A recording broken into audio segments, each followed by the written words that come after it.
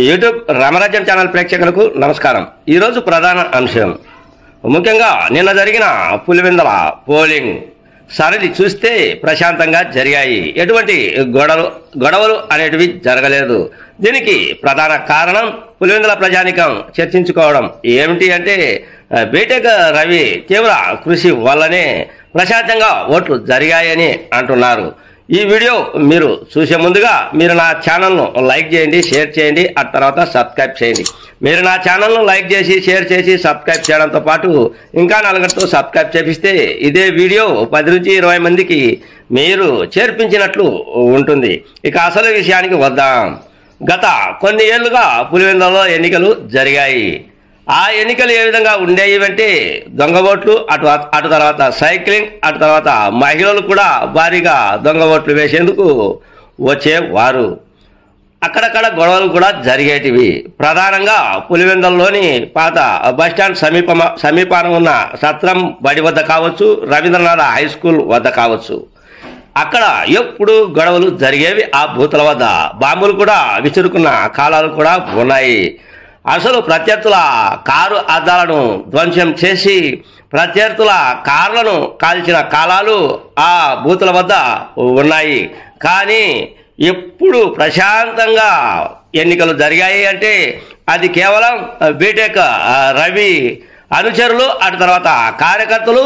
BTech Ravi నిరంతరం పులివెందుల పట్టణంలో ఆయన పర్యటనలు చేస్తూ ఉండడం వలన, ప్రతి బూతు పొత్తకు ఆయన వస్తూ ఉండడం వలన ప్రశాంతంగా ఎటువంటి అవాంఛనీయ సంఘటనలు జరగకుండా ఎన్నికలు జరిగాయి అనేది చర్చించుకోవడం గమనార్హం.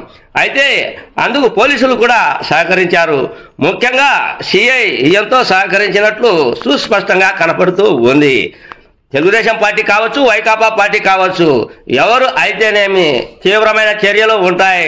మర్యాదగా ప్రశాంతంగా ఓట్లు ప్రజలు వేసేందుకు ఇరు పార్టీలు సహకరించాలి అని సిఐ కూడా విరుచుకుపడ్డాడు. ప్రతి బూత్ వద్ద గుంపులను చెదిరింపు చేసే విషయంలో ఆయన సక్సెస్ అయ్యాడు.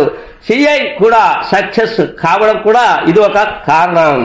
ఇక అసలు విషయానికి వస్తే దొంగ ఓట్ల విషయంలో కూడా ఎందుకో ప్రయత్నం కూడా చేశారు. ఆ ప్రయత్నాన్ని అడ్డుకున్నారు. ఆ ప్రయత్నాన్ని ముఖ్యంగా తెలుగుదేశం నేత అయినటువంటి మైసూరారెడ్డి ఓ మహిళ ఓటు వేసేందుకు ఆ బూత్ వద్దకు వచ్చింది. ఆ మైసూరారెడ్డి కనిపెట్టి ఆ మహిళలను దొంగ ఓటు వేయకుండా నివారించాడు.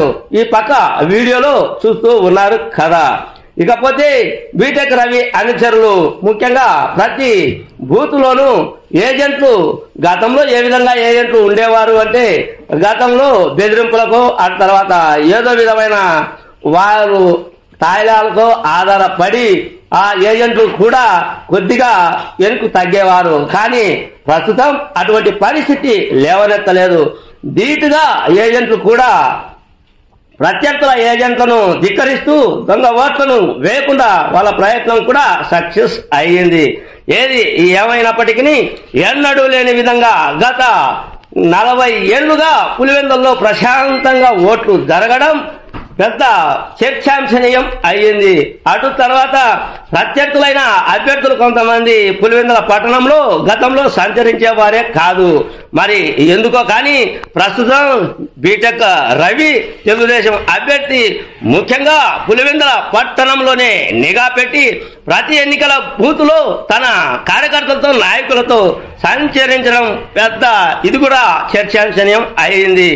ఏది ఏమైనప్పటికీ వైకాపా నేతలకు కంగు తినిపించినట్టు బీటెక్ రవి వ్యవహార శైలి ఉంది అనేది సుస్పష్టంగా కనపడి ఉంది. ఇకపోతే ముఖ్యంగా పులివెందుల ప్రశాంత ఎన్నికలకు ప్రజలు కూడా సహకరించారు. ప్రజలు తమదైన శైలిలో ఉదయం నుంచి సాయంత్రం వరకు క్యూ కట్టారు. మంచి వాతావరణంలో పులివెందుల ప్రజానికం కూడా ఓట్లు వేసి వెళ్లారు. ఆ తర్వాత వృద్ధుల సైతం కూడా అధిక సంఖ్యలో పాల్గొన్నారు.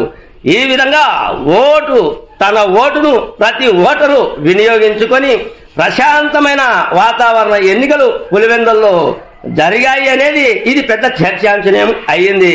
దీనికి బీటెక్ రవే కారణం అంటున్నారు తెలుగుదేశం నేతలు.